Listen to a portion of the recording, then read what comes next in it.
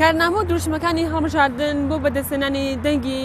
هاوڵاتیان بە بەشێکی سەرەکی و سەرنجڕاکێشدا دەنێت بۆ تۆی کاندید یاخود لیست. بەڵام ئەوەی لە هەموو دروشمە گرنگترە تۆی دەنگدەری هۆشیاری کە پێویستە کار و چالاکەکانی ئەو 4 ساڵی ئەو قەوارە سیاسیە بکەیتە پێوەرێک بۆ بەخشینی دەنگەکەت لەناو حکومەتە خۆجێیەکان و پەرلەمانی کوردستان و ئەنجومەنی نوێنەرانی عێراق. لە بەرنامەی ئەم جارەمدا قسە دەکەین لەسەر هەنگاوەکردارەکانی فراکسیۆنی کۆمەڵی ئیسلامی کوردستان، بە تایبەتی هەنگاوەکردارەکانی خانمانمان لەنێو ئەنجومەنی پارێزگای سلێمانی و ئەنجومەنی پارێزگای هەولێر. ئێمە دەزانین پێشتر فراکسیۆنی کۆمەڵی ئیسلامی کوردستان دروشمی چەسپانی دادگەری یەکێک بۆ لە هەڵمەتەکانی هەڵبژاردننی بابەیەکەوە بزانین ئەو دوو ئەندامە خاتونەمان لەنێو ئەنجومەنی پارێزگای هەولێر و سلێمانی چی کارێکیان کردووە بۆ هاوڵاتیان.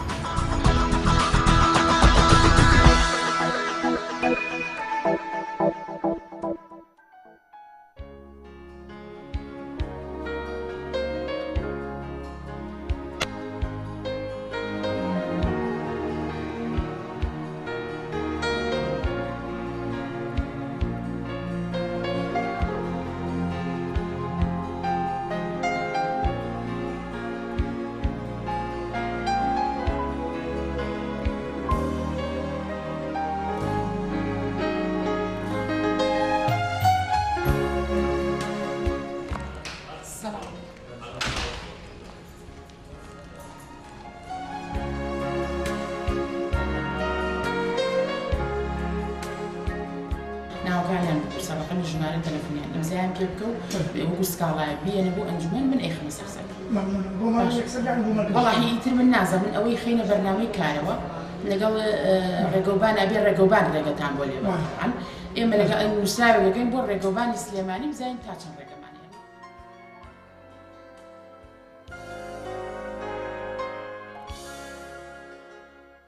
سڵاتانە بێت لەگەڵ خاتون میدیا ئەندامی ئەنجومەنی پارێزگای سلێمانی داین. میدیا خان، کارکردن لە ئەنجومەنی پارێزگای سلێمانی چۆنە کاتێکە بڕیارێک یاخود ڕەنمایەک دەرەکرێت بە پێی یاساکانی ناو ئەنجومەنی پارێزگای سلێمانی دەرەکرێت یاخود لەسەر میزاجی حیزبێک دەرەکرێت؟ سەرەتا بە ناوی خوای گەورە بە خێراتنتانەکەم سوپاس بۆم دەرفەتە. طبعا ئێمە کە بڕیارێک ئێمە بڕیار ڕێنمایی دەرەکەین یاسا دەرناکەین. کاتێککە بڕیاری ڕێنمایی دەرەکرێت بە پێی یاسای ژمارە 3 ساڵی 2009 دەرەکرێت بە پێی ئەوە نییە بڵێ حیزبێک یان لایەنێک یان کەسێکە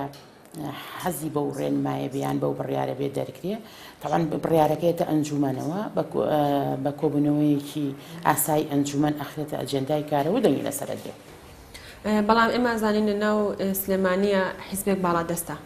کە دەڤەری سەوزی پێدەوترێت. تا چەند توانێتان لە بەسەر کۆسپەکاندا زاڵ بن و کارەکانتان وەکو ڕێنمایەکانی ئەنجومەن و وەکو خودی ئەندامێکی ئەنجومەن جێبەجێ بکەن. طبعا تۆ بڵێیت و نەڵێت ئێمە وەکو فراکسیۆنی کۆمەڵی ئیسلامی کە ئێمە 2 کورسیمان هەیە و پێشتر فراکسیۆنی خزمەت بووین، ئێستا شەر فراکسیۆنەکە ماوە بەڵام ئێستا ئێمە وەکو کۆمەڵ حساکەین. طبعا تۆ بڵێیت و نەڵێ وەکو ئەندامێکی یەکێتی کە لە ئەنجومەنا بێ ئیش و کارمان ناڕوە، چونکە تۆ دەسەڵات بەدەست تۆ نیە، دەسەڵات بەدەست یەکێتی نیشتیمانی کوردستانە و ئەندامێک کە یەکێتی نیشتیمانی ئیشەکەی باشترە ڕوا لە دایرەیەەکە لێرە چونکە دەسەڵات بەدەستەوانە.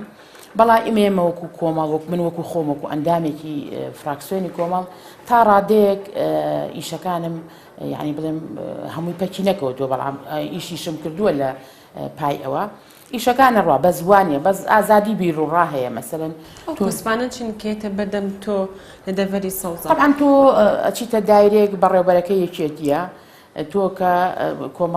کۆمەڵی ئیسلامیت گوێت لێگرێ، بەڵام ئەو شتانەی کە تۆ ئەو ڕێنمایی بۆ ئەڵیان ئەو بڕیاری پێ ئەڵیان ئیش و کارێکی پێڵی چەند هاوڵاتی ڕووی کردوتە تۆ لەوانەیە لە یەکێتەکەی باشتر وەرگێ هەتا تۆ، بەڵام تا ڕادەیەک باشە، یعنی ئەوە نییە بڵێم هەر نییە.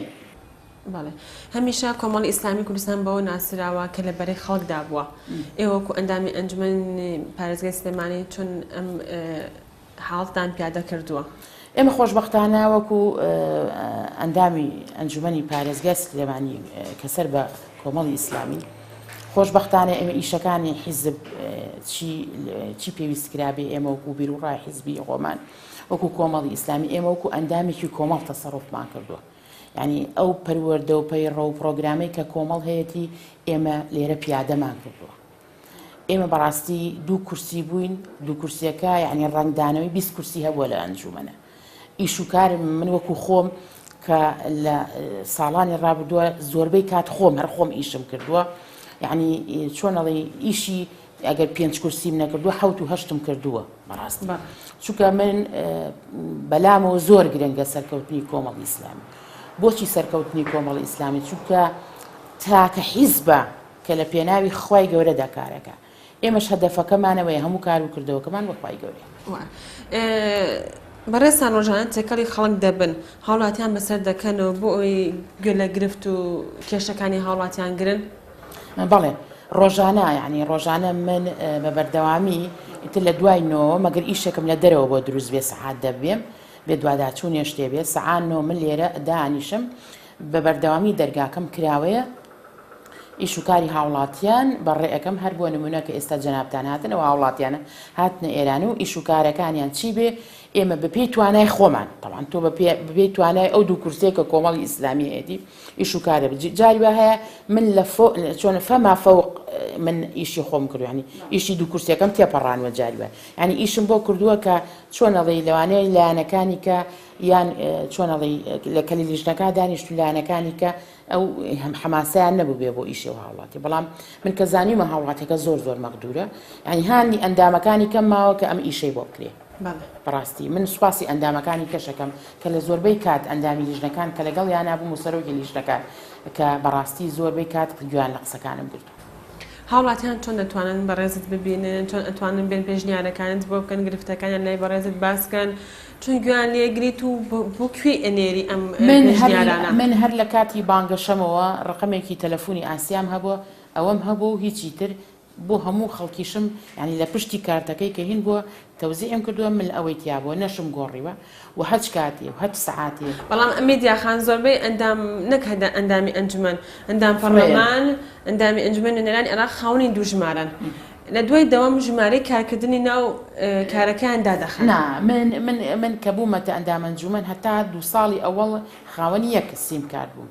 دوایی ئەوەی ڕاستی بێ جاری وا بوو تۆ قسە لەگەڵ یەکێکیکە ئەکرد ئەم سیمە بەشغوڵە بوو.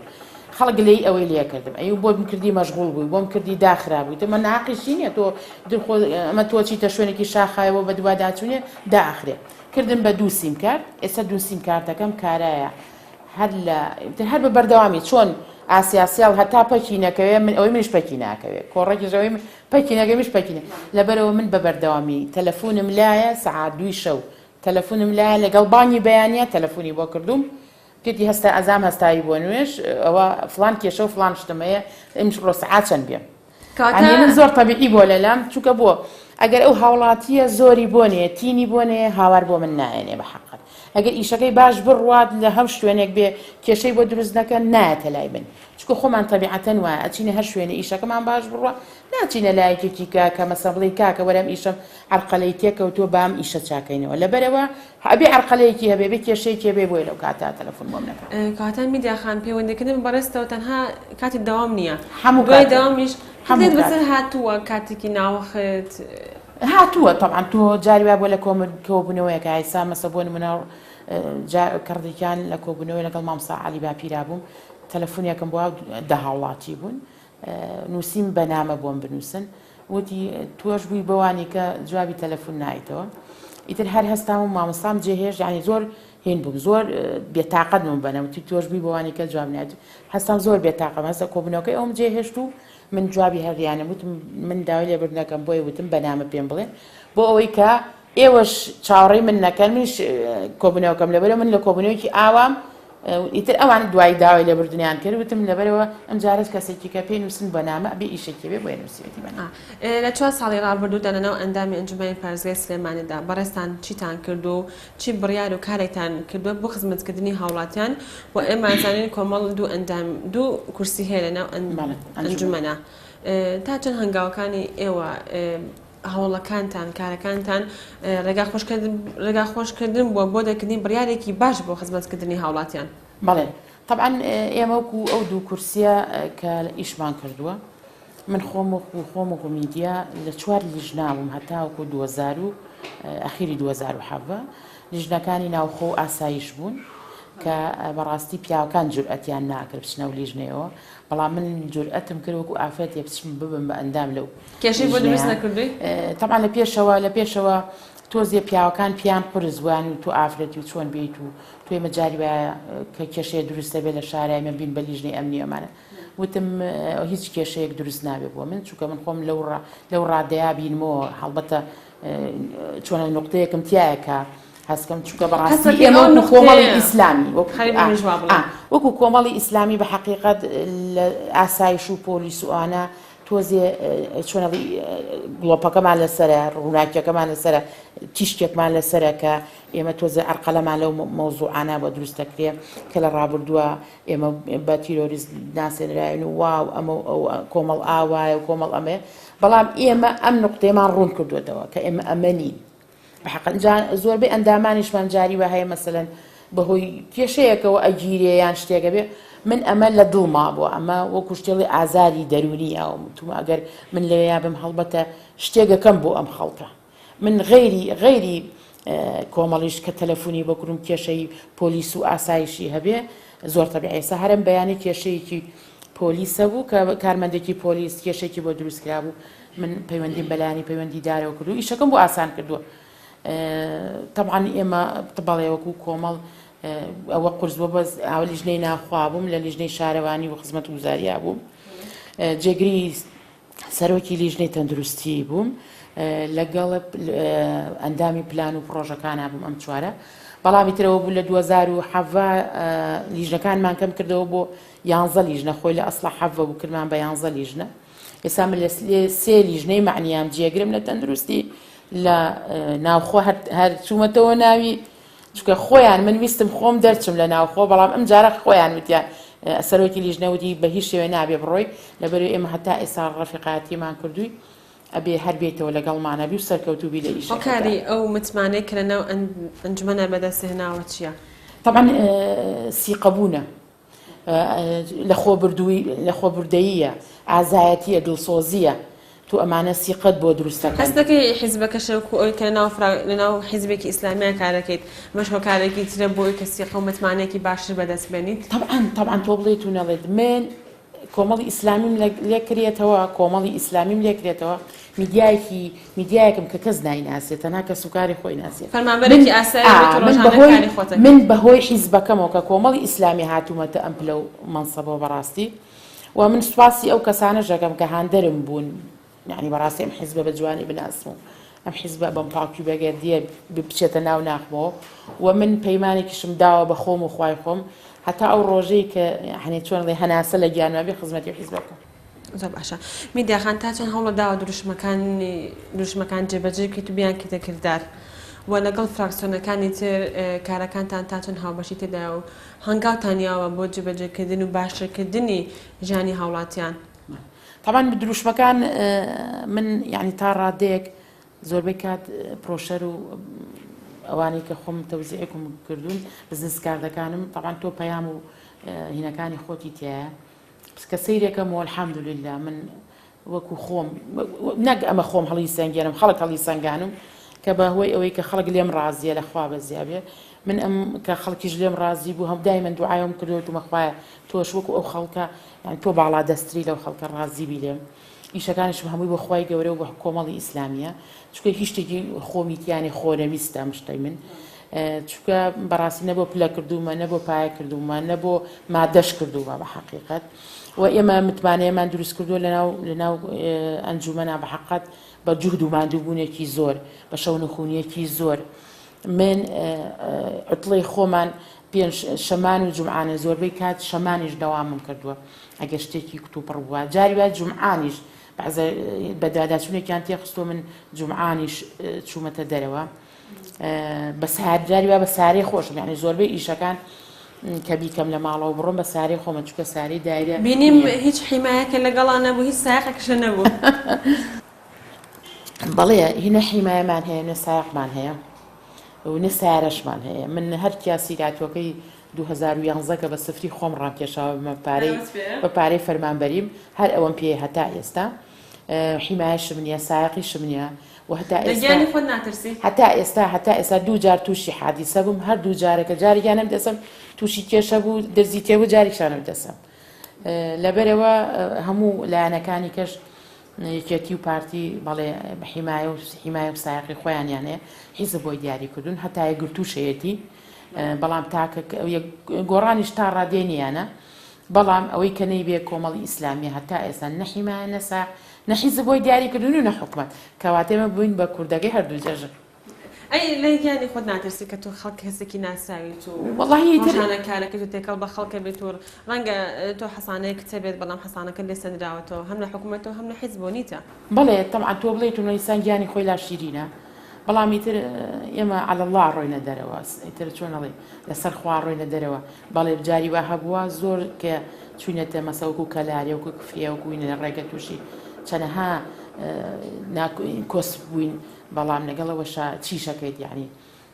هەر خۆتە پاراست و ینی کە نەش بێت چیەکەیت ینی بەڕاستی بوونیشی زەرورە زۆر زۆریش زەرورە چکە تۆ جاری وە هەیە بەڕاستی ئەمە زۆر کێشە بۆ هەموو ئەندامانەوانی کە حیمایە ساقیانم چوین بۆ کۆڕێ سیمینارێ کۆبوونەوەی شتێ هەتا سارەکە و ڕاگرتووە چارێکی لە کۆبوونەوەکە 20 دقە لە کۆبوونەوەکە ڕۆشتووە هێشتا تۆ جێگەی سارە و پارتی سارەکەت نەگرتووە لەبەرەوە هەتا گەڕاویتەوە جاری وا بۆ باوەڕ بێت جاری هەتا سارەکەم ڕاگرتووە تا ئەم سەرم کردووە خۆی سیمینارەکە 3 چارێک بووە چارێکی ماوە هەستا و ڕۆشتون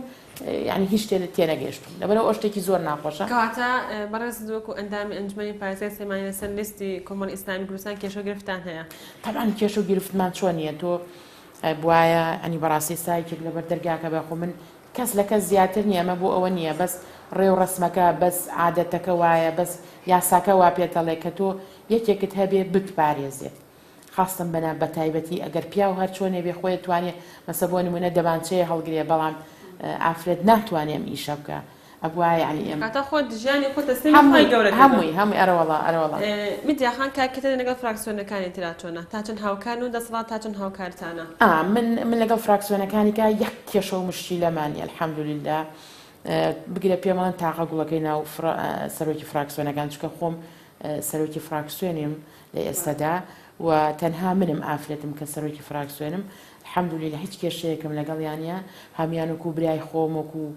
کەسێکی نزیکی خۆم تەسەڕوفیانە گۆڵ ڕێز و قەدر و حورمەتیش دەسەڵات تا چەند هاوکارتانە دەسەڵات تۆ بڵێیتونەڵێت لەم ڕۆژە دەسەڵات خۆی بۆ خۆی لە دەسەڵات کەوت لەبەرەوە کە دەسەڵاتی نەبوو هاوکاری چیت بکە دەسەڵات بەس بۆ خۆیەتی یعنی چۆنەڵێ ڕووناکیەکەی بەس بۆ خۆیەتی بەس بۆ ئەوانەی کە چۆنەڵێ ئەندامن تایە ئەگەر بۆ دەرەوەی خۆی هیچ دەسەڵاتێکی دەسەڵاتی ئەگەر هەبوایە هەڵبەتە ئەم شارەوانە بوو دەسەڵات ئەگەر هەبوایە هەڵبەتە ئەم موچە و بودجێی خەڵکەوانە بوو دەسەڵات ئەگەر هەبوایە من کە پێمەڵێن دەسەڵات دار هەیە دەڵم لەکوایە ئەگەر هەبێ هەڵبەتە ئەم شتانە هەمووی وەکو دەسەڵات چاکرێ دەسەڵات چی ئەکێ پێتەیە یاسا پێتەیە دەسەڵات کەواتە مادەم یاسا پێتەیە ئەبێ ئەوەی کە دەسەڵاتەکەت پێ هەر یاسایکیشی بۆ داناوی کە ئەم ژیانە ڕێکخێ ئەم ژیانە بۆ خەڵک بۆ ڕەخسێنی ساحەکەی بۆ پاکەیتەوە بەڵام دەسەڵات نییە لەبەرەوە ئیش ناتوانێت ساحەکە پاکاتە دەسەڵاتێک بە معنای کەلیمە نیە لە وڵاتە ئەگەر هەبێت وای لێنایە کوا بودجێ خەڵک کوا موچەی خەڵک کوا ژیانی خەڵک کوا بژێوی خەڵک کوا نان و ئاوی خەڵک بەڕاستی هیچ شتێک نییە لەبەرەوە بڵێم دەسەڵات نییە بەڕێز وەکو ئەندامی شارەوانی لەناو ئەنجومەنی پارێزگای سلێمانیدا لە کاتی ئێستا ئەبینین کۆمەڵێک زەوی زیادەڕۆ تاپۆ دەکرێت ئەم زەویانە هەمیشە لە کاتی بانگەشەی هەڵبژاردنە تاپۆ دەکرێت بەڕێستان هیچ ڕێگریەکتان نەکرد و هیچ کارێکتان نەکرد بۆ ئەم زەویانە تاپۆ نەکرێت بۆ بانگەشی هەڵبژاردن ئێمە کە هاتینە ئەنجومەن وەکو لیژنەی شارەوانی تقریبەن لە لیژنەی شارەوانی پرۆژە هێنراکایە و کە علاسە لەسەر ئەم زیادە ڕەویانەیە مەقسە بکەین با ئەم زیادە ڕەویانە بە یاسایی بکرێن چونکە هەموو شتێک کە یاسایی بۆ دانرا یعنی تەوقێکی هەیە و بازنەیەکی هەیە لەم بازنەیە دەرناچێت ئەمە یاسایە خۆت کەسێکی یاسایی ئەزانی ئەمەتر یاسا واڵێ تێگەشتی ئیتر لەم حدودە ناڕوە ئەڵێ تیلکە حدود ئیتر ئەمە حدودەکەیتی بۆ ئەودیو ناڕوە وتمان با بە یاسایی بکرێ بەڵام نەکراوە چۆنەڵێ بەربەڕەڵایەکی زۆر لە خان و بەرە و زەویە هەیە لەم شارە یعنی ئەوەی لە سلێمانیایە لە هیچ شوێنێکی ترانیە ئێمە وتمانە وەرن با بە یاسایی بکرێ با یاسا و قانونێکی بۆ دانرێ بەڵام گوێمان لێ نەگیرە بەڵام تر خۆ دەزانی هەموو 4 ساڵ جارێک هەڵبژاردن هەیە هەڵبژاردنیش بۆ چییە بۆ دەمەزەرکردنەوەیە ئەم ئیشاناکەن بۆ دەمەزەرکردنەوەی ئیشەکانیان ئەگین بێت ئێستا بڕۆ لە دوای لە 16ی پێنجەوە کەس ناتوانێت 1 مەتر زەوی بە زیادە ڕێداوێت بەڵام ئێستا تاپۆکرێت ئێستا بەڵێ هەمووی تاپۆکرێت بەبێ قەید و شەرت حیزب دەسەڵاتەکان طبعا حیزب دەسەڵاتەکانن یا حیزبی دەسەڵات کێ خۆ کۆمەڵی ئیسلامی نییە بەڕاستی حیزبی دەسەڵات یەکێتی و پارتیە کە تۆ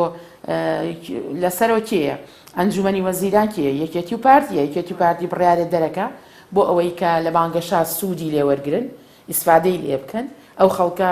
دیسانە و بێننەوە سەربیر و ڕای خۆیان چیەکات دەمەزەردێکە کاتەوە دەمەزەردەکەش یەک چیەکات زیادە ڕەوەکان بە تاپۆکە میدیا خان دەست خۆش بێت گوێمان لە ئەزمموی کارت گر لەناو ئەنجومەندا دوێت تاوبوونی داوامی بەڕێزت دەچین بۆ ئەنجومەنی سیاسی و گوێ لە ئەزمموی بەڕێزت دەگرین و ژیانە لەناو کاری سیاسیە.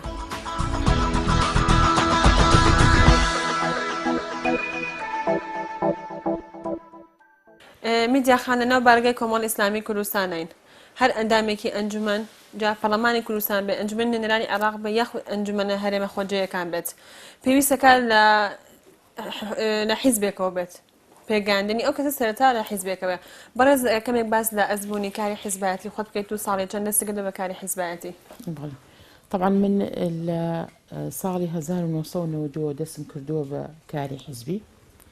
و من بەردەوام بووم هەتا ئەو ڕۆژەی کە بووم بە ئەندام ئەنجومەن و لە دوای ئەندام ئەنجومەنیشەوە تقریبان بە ساڵێک هەر بەردەوام بووم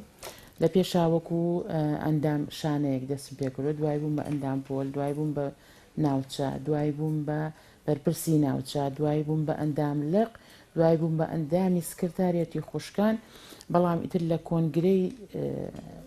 دووەمی حیزبە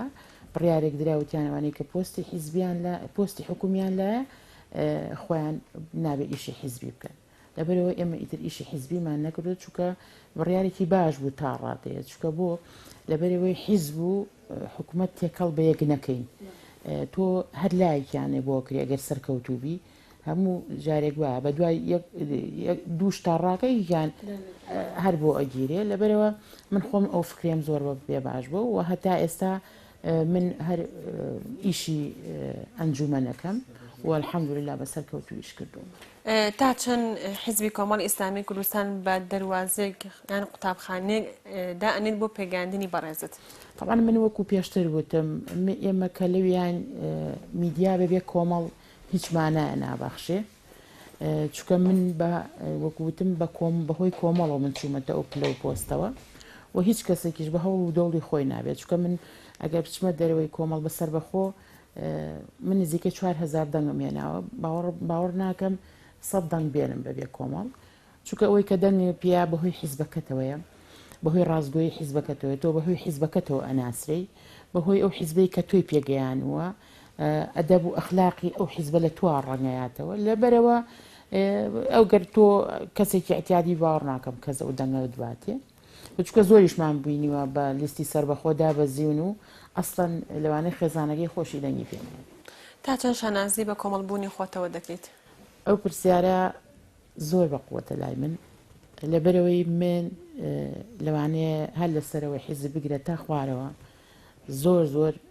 کۆمەڵی ئیسلامی یعنی چۆنەڵی شابە شانازەیەکی زۆر گەور بە تاج و نەژمەی سەرشانی خۆم ێزانم و هەروەها وەکو چۆن دایکێک مناڵەکەی خۆی چەند خۆشەیە یعنی من ئەمنم خۆشەیە کۆمەڵی ئیسلامی چونکە بۆ ینی بە حەقەت من تاکە حیزب کە بە پاچی و بێگەردیتیایە خۆم دۆزی بێتەوە کۆمەڵی ئیسلامی بووە ینی مش لەبەر ئەم هۆیانەی کە لەبەر حیزبی کۆمەڵی ئیسلامی زۆر پاک و بێگەردە ینی من تەسەورەکەم ئەگەر ببم بە خۆڵی ژێر پێی کۆمەڵی ئیسلامی ژێشتا خۆم بەکەمەزە. چی ڕانمایەکە هەیە بۆ دەنگدەران؟ من طبعا ئێستا کە من و تۆم ئەمە ئەکەین یەکەم ڕۆژی بانگەشەی هەڵبژاردنە من داوا لە هەموو دڵسۆزانی کۆمەڵی ئیسلامیەکەم داوا لەواناکەم کە لایەنگری کۆمەڵی ئیسلامی داوا لەواناکەم ئەگەر ڕۆژێ لە ڕۆژان گوێی لەوە ببێ کە کۆمەڵی ئیسلامی مەوقیفێکی مەردانەی هەبووە چونکە ئەمە حیزبێکە یەکێک ئەمیرایەتێکە کە پیاوێکە وەکو ناوبانگی براوە بە پیاوی مرد ئەگەر ئێمە ئەو مەردایەتی ئەوم پیاوی مەردەشیکەنەوە مانای زۆر زۆر گەورە ئەبەخشێ ئێمە ئەمە ئیتر ئەم مانگە بۆ ئەبێتە چۆنەڵێ قوتابخانەیەک بۆ ئەوەی کە ئیتر تۆ نمرەی خۆتی تیابێنم هیوادارم هەموو ئەو کەسانە دەنگ بن بە کۆمەڵی ئیسلامی کە ژمارەکەمان 104 بیان بەو کاندیدانەی کە جێ متمانەی ئەو خەڵکەن بەڕاستی ڕابردوومان شاهێدە هەر لە پەرلەمانی عێراق هەر لە ئەنجومەنی محافەزە هەر لە پەرلەمانی کوردستان و هەروەها لە پۆستە حکوومیەکانی تریشە حکومەتە خۆجێیەکانە بەڕاستی ئێمە دەستی خۆمان دیارە لەوە لەبەرەوە خەڵک با ڕابردوومان بخوێنێتەوە